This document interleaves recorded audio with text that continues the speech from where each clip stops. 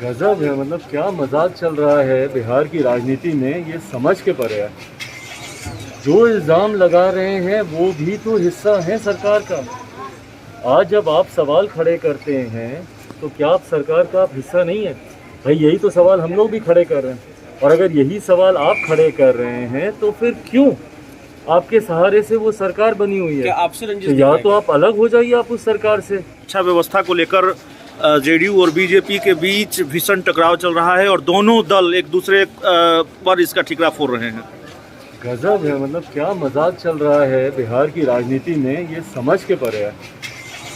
जो इल्ज़ाम लगा रहे हैं वो भी तो हिस्सा है सरकार का। आज जब आप सवाल खड़े करते हैं तो क्या आप सरकार का आप हिस्सा नहीं है? भाई यही तो सवाल हम लोग भी खड़े कर रहे हैं। और अगर यही सवाल आप खड़े कर रहे हैं तो फिर क्यों आपके सहारे से वो सरकार बनी हुई है? आपसे तो या तो आप अलग हो जाइए आप उस सरकार से, और या फिर इस बात को सुनिश्चित कीजिए कि सरकार का अंग होने के नाते भाई बिहार की शिक्षा व्यवस्था जितनी चरमराई हुई है आज की तारीख में, फॉर दैट मैटर हर उसमें, भाई संजय जायसवाल जी तो बोल ही रहे हैं, पर जिस तरीके से आरएसएस के मुखपत्र में जिस तरीके से पूरा लेख लिखा गया है जिसमें नीतीश कुमार जी की हर नीति के बारे में की विफलताओं का उसमें जिक्र किया गया है, पर अफसोस इस बात का है या विडम्बना इस बात की या आश्चर्य इस बात का होता है कि भैया सरकार भी तो आप ही के भरोसे चल रही है। और दूसरी तरफ जनता दल यूनाइटेड मेरी समझ के परे है कि इतनी बातें ये लोग सुन रहे हैं सिर्फ एक सत्ता की कुर्सी के लालच में। दोनों में विरोधाभास है, हर नीति पे विरोधाभास है। अग्निपथ से लेके पेगासस से लेके जाति जनगणना से लेके विशेष राज्य के दर्जे से लेके जनसंख्या निरंतर कानून से लेके हर विषय पर विरोधाभास है, पर दोनों फिर भी साथ में क्यों हैं? सिर्फ सत्ता के लालच। जेडीयू कोटे के मंत्री विजेंद्र यादव ने कहा है ये तो पति पत्नी का झगड़ा है, तलाक थोड़ी हो जाता है।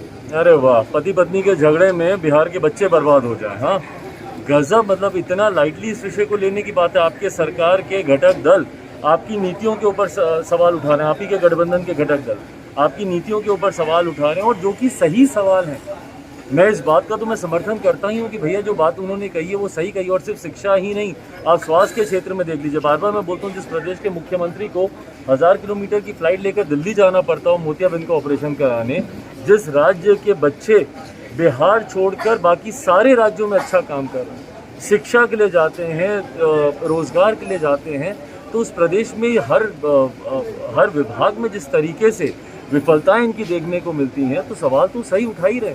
पर इसका मतलब ये नहीं है ना कि आप सत्ता के लालच में इन बातों को इग्नोर करें और अंतोगत्वा उसका भुगतान, उसका हर्जाना। सरकार से समर्थन वापस लेने की सलाह आप बीजेपी को दे रहे हैं? सरकार से समर्थन वापस लेने की सलाह आप बीजेपी को दे रहे हैं? कोई समर्थन वापस लेने की सलाह नहीं दे रहा हूँ। मैं ये बोल रहा हूँ कि आप जिस पे उंगली उठा रहे हैं तो वो उंगलियां आपकी तरफ भी उठ रही हैं। आप उसी सरकार का हिस्सा हैं। अगर आप नहीं खुश हैं तो सोचने की जरूरत आपको है। जनता के बीच जाकर इस बात को बोलने से पहले आप अपने भीतर बैठ के सोचिए कि अगर इतनी विफलताएं हैं तो आप साथ में क्यों? महाराष्ट्र को लेकर क्या कहेंगे? महाराष्ट्र में जो हो रहा है, मतलब 1-1 लाख के लोग खाना खा रहे विधायक जो रुके हुए हैं गुवाहाटी में, इतने करोड़ पैसे खर्च हो रहे हैं, क्या कहेंगे? सिर्फ 1 लाख का खाना खाना चिंता का विषय नहीं है। ये वही गुवाहाटी है, ये वही आसाम है जहाँ पर आधी से ज्यादा आबादी इनकी बाढ़ में डूबी हुई है।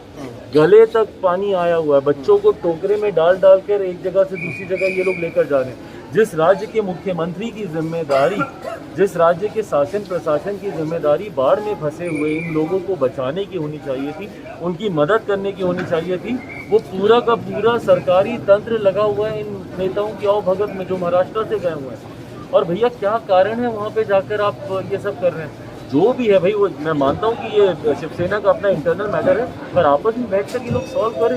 और जिस तरीके से पार्टी में टूट, दल बदल, सरकार बनाना, कहीं ना कहीं ज्वलंत विषय में बिहार को भी लेकर मैं बार बार यही बात का जिक्र करता हूँ कि सिर्फ कुर्सी बचाने और बनाने के चक्कर में जो ज्वलंत विषय हैं वो छूट जाते हैं। बिहार में भी सिर्फ चर्चा इस बात की कि क्या एनडीए में जाकर मुख्यमंत्री बने रहेंगे, या महागठबंधन के साथ जाकर बनेंगे, या राष्ट्रपति बनेंगे, या उपराष्ट्रपति बनेंगे। यही हाल महाराष्ट्र में हो रहा है। क्या यहाँ भी ऐसा है? क्या हो सकता है बिहार में भी? भैया कुर्सी कभी हो सकता है बिहार में भी? क्यों नहीं हो सकता भाई? कितने राज्य हैं जो उदाहरण के तौर पर सामने आए हैं, और कितने राजनीतिक दल हैं जिनको समाप्त करने के लिए उन्हीं के ही लोगों का इस्तेमाल किया गया। मणिपुर से लेकर आप कर्नाटक चले जाइए, जेडीएस में जिस तरीके से हुआ, या मध्य प्रदेश में जिस तरीके से रातों रात कमलनाथ जी हटकर वहाँ पर पुनः भारतीय जनता पार्टी के वहाँ पर मुख्यमंत्री बन गए।